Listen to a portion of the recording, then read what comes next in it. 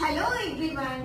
நேற்று நாங்க பிசிக்ஸ்ல அடிப்படை கேத்திர கணிதம், அதாவது பௌதிகவியல் பாடத்துக்கு போகக்கு முன்னா பிசிக்ஸ் படிக்கணும்னா என்னென்ன தேவை, அதாவது முக்கியம் அடிப்படை கேத்திர கணிதம், அதாவது பிசிக்ஸ்ல பேசிக் தேவை என்று பார்த்துருந்தாங்க. அதுல கொஞ்சம் பார்த்தாச்சு. இன்றைக்கு பார்க்கிறது மிச்சம், அதாவது பைதகரஸ் தேற்றமும் ஏனைய அடிப்படை கேத்திர கணிதமும் பார்க்க போறோம்.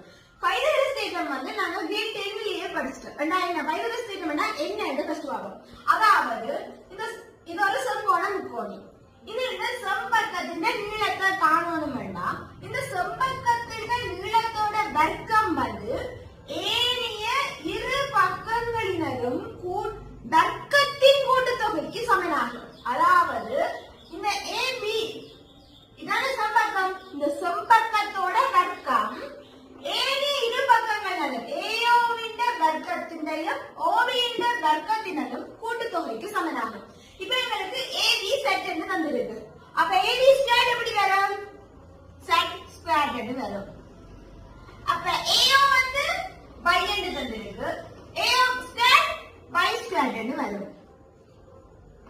பிளஸ் ஓபி x என்று தந்திருக்கு. ஆகவே இது x ஸ்கொயர் என்று வரும். அப்ப இந்த செம்பக்கத்தின் நீளம் எப்படி காண போறோம்? செட் ஸ்கொயர் என்ற செட் தான் இப்ப எங்களுக்கு தேவை. செம்பக்கத்தின் நீளம் என்னது? Sad.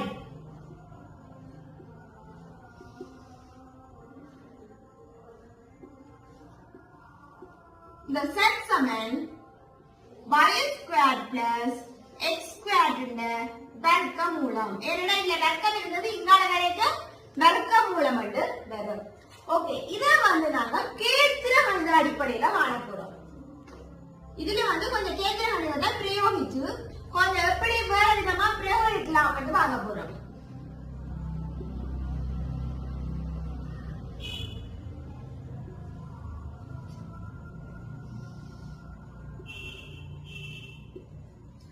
The set squared summon y squared plus x squared.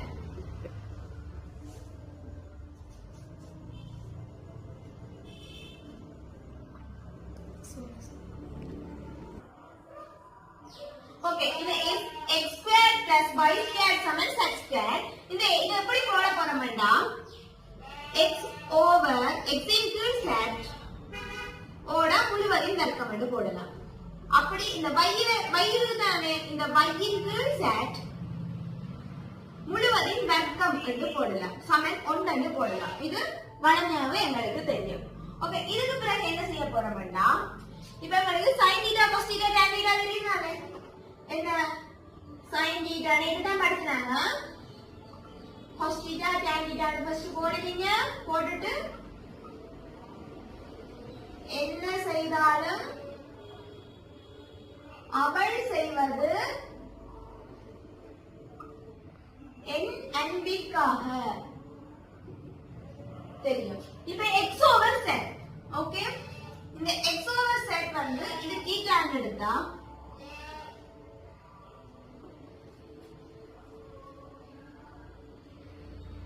இது அயல் பக்கம் செம்பக்கம், அயல் பக்கம் செம்பக்கம் என்று வரும். அப்ப இது cos thetaவோட ஸ்கொயர் என்று வரப்போகுது. அதாவது இதுல இருக்கிறது தான் நீங்க 1/2 இல்ல.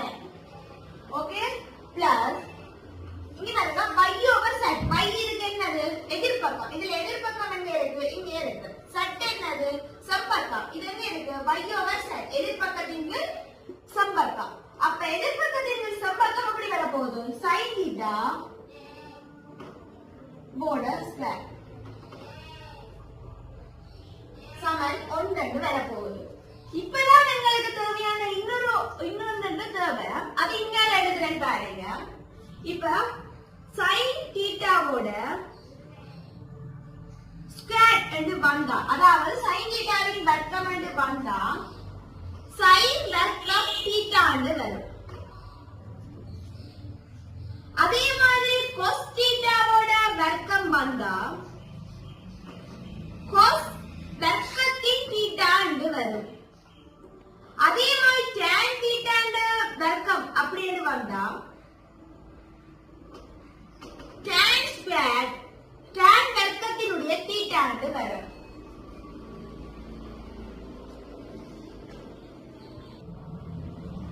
இப்ப பாருங்க என்னங்க sin தீட்டாவோட வர்க்கம் என்று வந்தா sin வர்க்கத்தினுடைய தீட்டா, cos தீட்டாவோட வர்க்கம் என்று வந்தா cos வர்க்கத்தினுடைய தீட்டா, tan தீட்டாவோட வர்க்கம் என்று வந்தா tan வர்க்கத்தினுடைய தீட்டா. அதுதான் இங்க கொண்டு போய் எழுதிட போறோம். என்னன்னா இதுல வந்து x over z x equal z வர்க்கம் என்று போட்டுனாங்க. இந்த தீட்டாக்கு x என்ன வர்க்கம்? x என்ன வர்க்கம்? அயல் பக்கம்.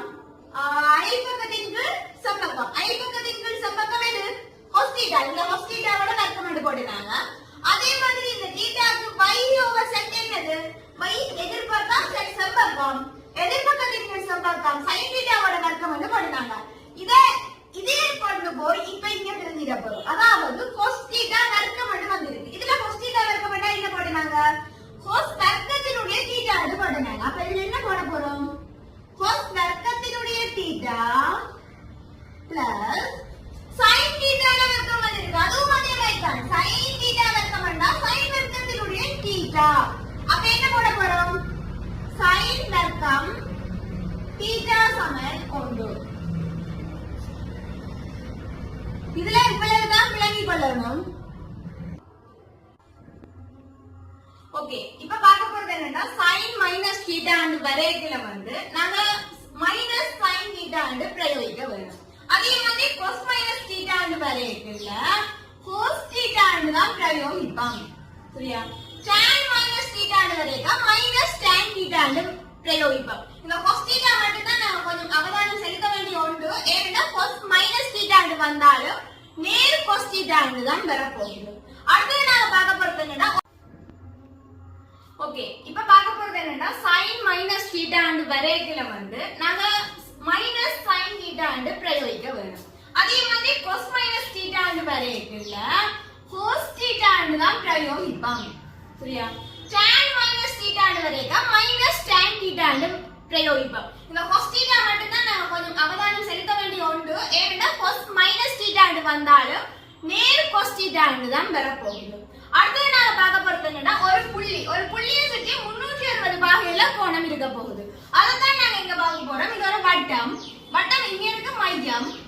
வட்டத்துல மையம் நடுப்புள்ளி மையம் மட்டும் தெரியுதானே? ஓகே, இந்த மையத்துல இருந்து இங்க ஸ்டார்ட் பண்றேன். இங்க சைவர் பாகை போடுறேன்.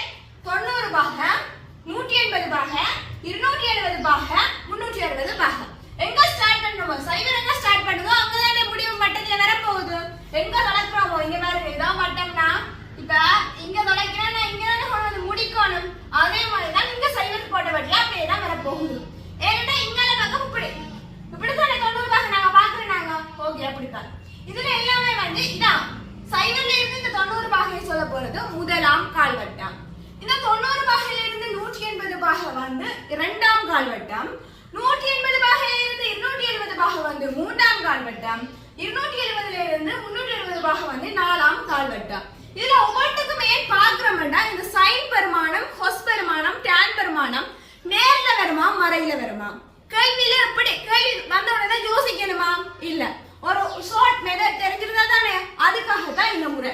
என்னன்னா sin இதுல வர அதாவது முதலாம் கால்வட்டத்துல sin, cos, tan மூணுமே வந்து நேர்பெருமானத்தையே எடுக்கும். இந்த இரண்டாம் கால்வட்டத்துல வந்து sin வந்து நேர்பெருமானத்துல இருக்கும். cosம் tanம் மைனஸ் அதாவது மறை பெருமானத்தை எடுக்கும். இதுல வந்து sin பெருமானம் வந்து மறை, cos பெருமானம் மறை, tan பெருமானம் மட்டும் நேர்பெருமானத்தை எடுக்கும். அது மூன்றாம் கால்வட்டத்துல. நாலாம் கால்வட்டத்துல வந்து cos மட்டும் தான் நேர்பெருமானத்தை எடுக்கும். சைனும் மறை பெருமானம், டேனும் மறை பெருமானம். ஐயோ, இது இவ்வளவு இருக்கு. அதாவது 3, 6, 9, 3, 12 நான் பாடம் ஆகிட்டா மறந்துடுவேன். அது எல்லாருக்குமே சரியா. இதை நாங்க எப்படி பார்க்கணும்டா, இந்த மூணுமே நேர்பெருமானம் தானே. அதுக்கு எப்படி சொல்றேன்னா all. அடுத்தது வந்து இரண்டாம் கால்வட்டத்துக்கு சொல்ல போறேன் சில்வர். மூன்றாம் கால்வட்டத்துக்கு சொல்ல போறேன் டீ கப். டீ நாலாம் கால்வட்டத்துக்கு கப். என்னடா எழுதி இருக்கிறா அப்படின்னு எல்லாரும் யோசிப்பீங்க. அதைத்தான் சொல்ல போறேன். என்னன்னா இதுல 4 அதாவது இது முதலாம் கால்வட்டம், இது இரண்டாம் கால்வட்டம், இது மூன்றாம் கால்வட்டம், இது நாலாம் கால்வட்டம். ஓகே தானே? ஓகே, இதுல பாருங்க all all என்றா மூன்றும் sin cos tan மூன்றுமே நேர்பெருமானது தானே இருக்குது. ஆகவே மூன்றும் all என்று போடுவீங்க. அடுத்த இரண்டாவது இருக்கிற சில்வர். சில்வர்ல முதல் எழுத்து என்ன? S. இதுல இரண்டாம் கால்வட்டத்துல வந்து பாருங்க sin மட்டும் தான் நேர்பெருமானம். அதாவது சில்வர்ல வர S மட்டும் தான் நேர்பெருமானம். அவ்வளவுதான். மூன்றாம் கால்வட்டத்துக்கு என்ன எழுதிருக்கிறேன்? T. அப்ப இங்க மூன்றாம் கால்வட்டத்தை பாருங்க tan மட்டும் தான் நேர்பெருமானம். நாலாம் கால்வட்டத்தை பாருங்க C. cos மட்டும் தான் நேர்பெருமானம். இங்க பாருங்க all silver tea cup என்று போட்டுட்டு all என்ற முதலாம் கால்வட்டத்துல அனைத்தும் நேர்பெருமானம், இரண்டாம் கால்வட்டத்துல sin மட்டும் நேர்பெருமானம், மூன்றாம் கால்வட்டத்துல tan மட்டும் நேர்பெருமானம், நாலாம் கால்வட்டத்துல cos மட்டும் நேர்பெருமானம். அப்ப வந்து அனைத்துமே வந்து அதாவது all இதுல வர sin, இதுல வர tan, இதுல வர cos மூணுமே நாலும் எவ்வளவு வந்து நேர்பெருமானத்தை எடுக்கும் என்று ஞாபகம் வச்சிருந்தா சரி. இப்ப நாங்க நேற்று பார்த்தது ஒரு கால் திருப்பி பார்ப்போம். sin theta ண்டா cos 90 minus theta. நேற்று இது பார்த்தா. அதே மாதிரி cos theta ண்டா sin 90 minus theta.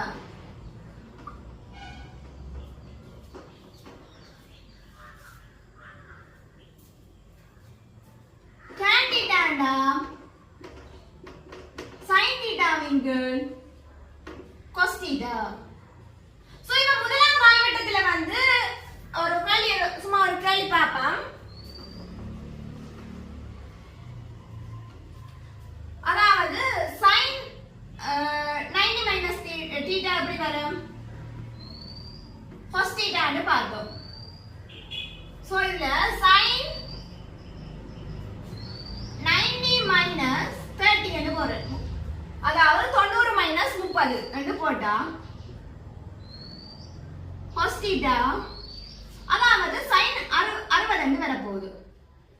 sin 60 என்று வரப்போகுது. அப்ப cos எவ்வளவு வரும்? cos 30 என்று வரும். இதுக்கு பரிமாணங்கள் இருக்கு, அந்த அட்டவணையும் பார்க்கணும். அடுத்து நாங்க பார்க்க போறது tan 90 minus theta பார்ப்போம். ஓகே, tan 90 minus theta என்று போட்டா அது எப்படி எழுதலாம்? tan theta க்கு sin theta எழுதுற மாதிரி, sin theta into cos theta எழுதுற மாதிரி, tan 90 minus theta க்கு sin 90 minus theta வின்கீழ் cos 90 minus theta ன்னு போடலாம். சரியா? sin 90 minus theta எப்படி எழுதுவோம்? cos theta ன்னு எழுதலாம்.